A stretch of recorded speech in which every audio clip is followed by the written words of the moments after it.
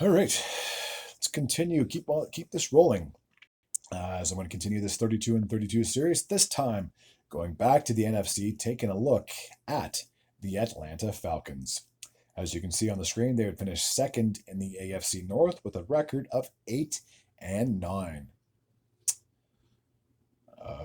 Take a look at the stats. So for the Falcons, it's been a long time since they've seen any postseason action. I think the last time they made it was in the 2017-18 campaign, if I'm not mistaken, with Matt Ryan under center. And it's been 20, 21, 22, 23, 24, 25, 6 straight seasons that the Falcons missed out on the postseason. And I'll say this, they narrowly missed out on the postseason just because of how tight of it was with that NFC South crown up for grabs heading into week 18.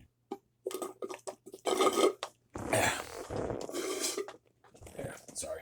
I just wanted to finish that drink. So we'll take a look at their schedule, their team stats, and their individual stats as well. So last year they started the season off losing to Pittsburgh, beating the Eagles, losing to the Chiefs, and then they went on a 3-game winning streak, and all three of those were against division rivals. So those were all key wins for the Atlanta Falcons. After that, they would lose to the Seahawks, defeat the Buccaneers. So I'm pretty sure they swept the Buccaneers, which is something they haven't done, I believe, in a few years. They would defeat the Cowboys, and then they went on a 2-game losing streak to the Saints and Broncos, respectively, before their Week 12 bye week.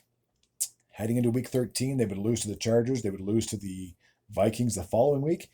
They would defeat the Raiders and the Giants, respectively, but the last 2 games of the season, they lost to the Commanders, and then they lost to the Panthers as well. So had they beaten the Commanders or the Panthers, they could have easily been 9-8, and maybe they could have gotten the NFC South crown, considering I think the Buccaneers got 10 wins on the season. So they easily could have had just as many wins as Tampa Bay did, but unfortunately, like I said, after their bye week, they only won 2 out of 6 games, and that pretty much screwed their season up just right there. I will take a look at, so you can see in the standings, again, they finished 2 games behind the Buccaneers in the NFC South. So on the offensive side of things, they would finish 5th overall. When it came to passing yards, they would finish with 4,068 yards. Receiving yards, they would finish 7th in the league with 4,283 yards. First downs, they were 11th in the league with 99. Rushing yards, they were 10th in the league with 2,219. And points, they were 13th in the league with 389. So with all that, they were in the top 13 in all of those categories, which is really good, especially when it comes to the offensive side of things. Now, defense was a little bit of a different story. They would finish 31st in the league in sacks with 31, 18th in the league in interceptions with 12, forced fumbles, they were 22nd in the league with 12, tackles, at least they finished in the top 10 of that category with 677 tackles. The special teams field goals made, they had 29 field goals made. They were finished halfway or at the middle of the pack in that category. Their field goal percentage was 70.7, so they finished 31st in the league. So they definitely missed a few field goals this past season. They would finish with 38 extra points made, which was 12th in the league. And again, just because of how many they made, they still made all their PATs, but unfortunately, because 2 other teams had more field goals made or extra points made, that's why they would finish 3rd with the extra point percentage. Again, to me, they should just be like a tie for first or a tie for second. You shouldn't be going off because one team made 59 extra points and the other team made 58. I think that's kind of silly, but I mean, the stats are there for a reason, I guess.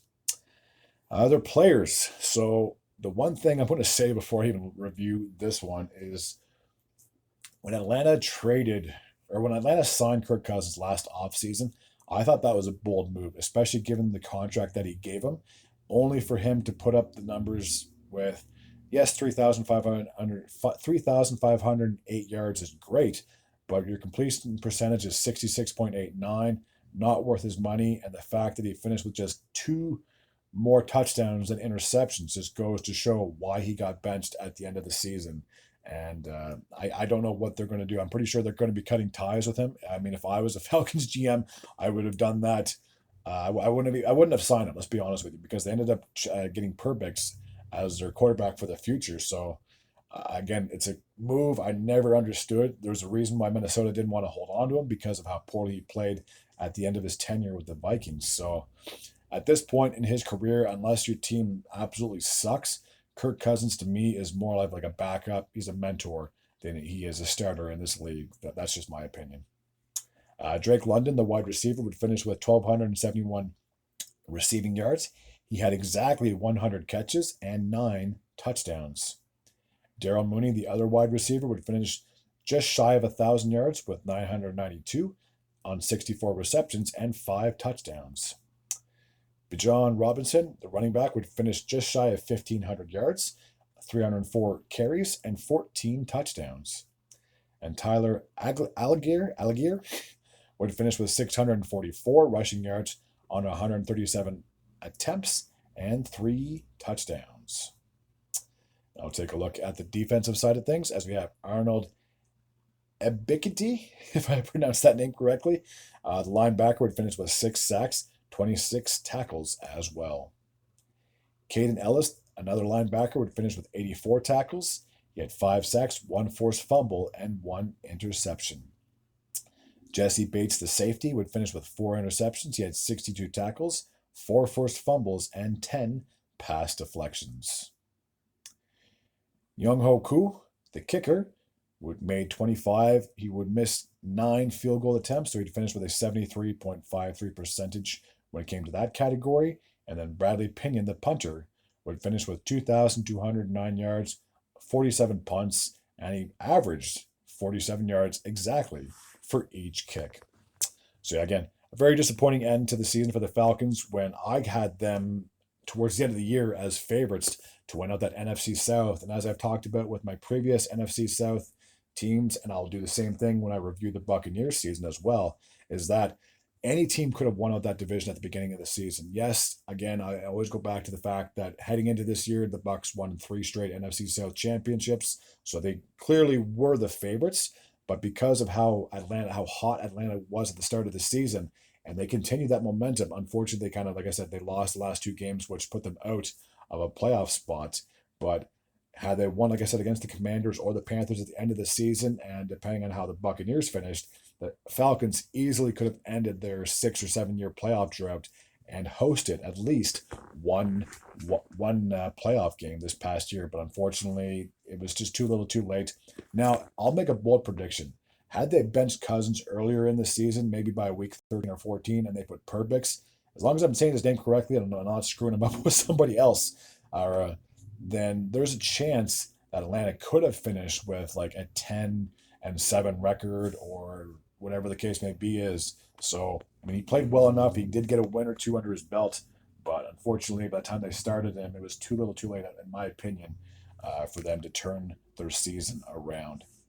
Now, going into next season, again, I'm pretty sure Cousins is out the door. I'd be very surprised if he didn't get cut by the Falcons. Pretty sure he did, though. So definitely they're going forward. They're going with their now second year or their sophomore quarterback. They can be just as competitive, I think. And again, another left-handed throwing quarterback, just similar to Tua. This Atlanta Falcons team, they're legit. Like I said, they were pretty much there the entire year when it came to being in the playoff mix. Unfortunately, like I said, they would lose out their last 2 games, which doomed their season.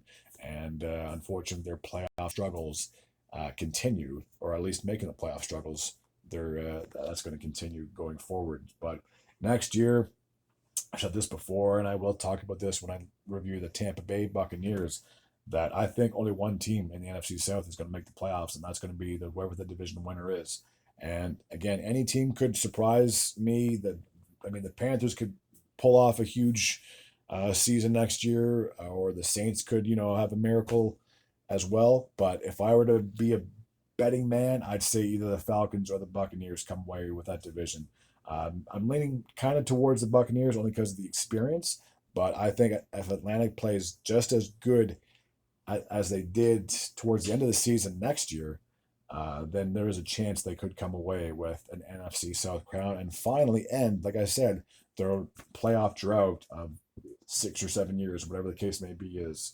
So, Yeah, that's pretty much all I really got on the Falcons. A good season. Unfortunately, it came crashing at the end of it, but I believe there is hope, there's optimism, and if you're a Falcons fan, you should be excited for next year because anything can happen. They could easily dethrone the Buccaneers as the four-time NFC South champions, and I wouldn't be surprised if that was the case. Like I said, they gave the Buccaneers a run for their money, especially heading into the last week of the season. All right, that's going to take care of my recap for the Atlanta Falcons. As always, if you're new to this channel and you like this type of content, feel free to hit the sub button. I'd be very grateful and, most importantly, very appreciative as well. Until next time, and as always, take care.